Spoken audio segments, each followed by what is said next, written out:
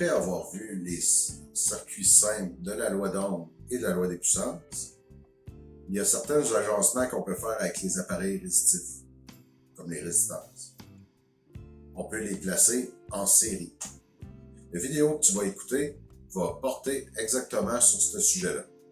C'est-à-dire, comment se comporte le courant, la résistance, la puissance et la tension lorsqu'on parcourt, lorsqu'on place les résistances de façon en série. Tout d'abord, on va définir c'est quoi en série. C'est d'offrir au courant une seule voie pour passer à travers différents appareils. Donc, le courant n'aura pas le choix de circuler à travers le premier appareil ou résistance, la deuxième, pour ensuite aller à la troisième et revenir dans la source, comme vous voyez avec l'exemple.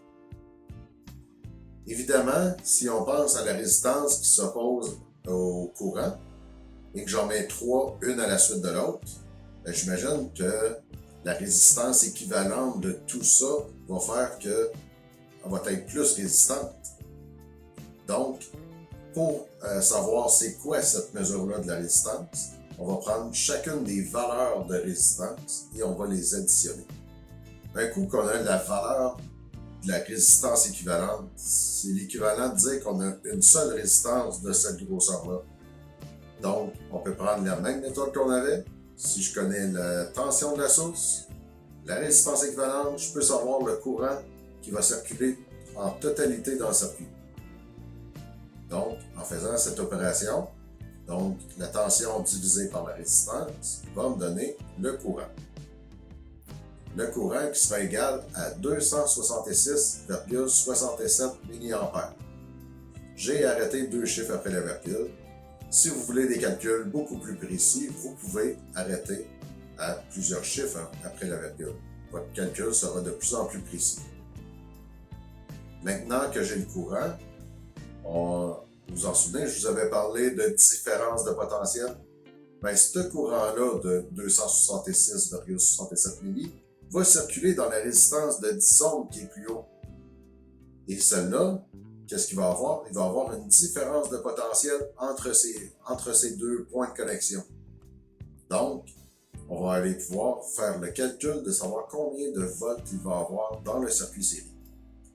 Donc, on a 266,67 mA qui circulent dans une 10 ohms. Combien y a-t-il de volts? On les multiplie, ce qui nous donne 2,67 volts. Donc, ça veut dire que la tension va démarrer à 12 volts. Puis, lorsque je vais traverser la résistance de 10 ohms, je vais perdre 2,67 volts. De l'autre côté de la résistance de 10 ohms, il va me rester 9,33 volts. Je l'ai perdu. Vous me direz, rien ne se perd, rien ne se crée. Ben, on va le voir plus tard que c'est dissipé en watts, donc la chaleur de la résistance. On poursuit. Donc, à travers une 15 ohms, on fait la même opération. 266,67 mA multiplié par 15 ohms va nous donner le nombre de volts que je vais perdre à cette résistance.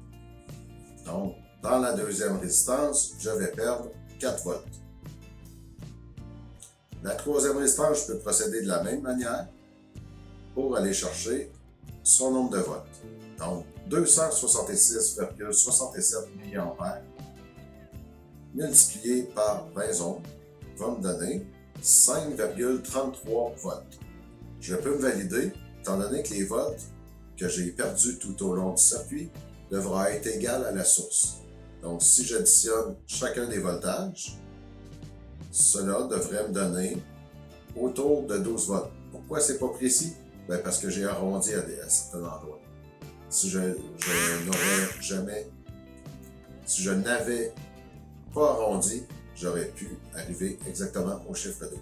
Et maintenant, les puissances, étant donné que j'ai la différence de potentiel qui se situe dans la résistance 1 et son courant qui circule, je peux les multiplier. Et l'opération est assez facile. J'ai l'ensemble de ce circuit-là va toujours être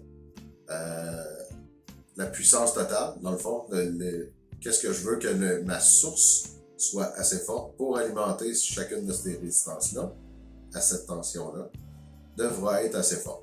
Donc, je vais additionner le nombre de watts de la résistance 1, le nombre de watts de la résistance 2 et le nombre de watts de la résistance 3, et ma source devra être assez forte pour alimenter cet ensemble-là. Maintenant, du côté analyse, qu'est-ce qu'on pourrait dire des circuits en série? Donc, de 1, les résistances s'additionneront toujours en série. Le courant, lui, il est égal partout. Le nombre de volts à chacune des résistances doit être égal à la source. Donc, la tension que j'ai perdue à la résistance 1, 2 et 3, un coût additionné devrait être égal ou tout près de la valeur de la source. Les watts, tout comme un briquet qui chauffe, si j'ai 3 briquets qui chauffent, ça sera juste plus chaud.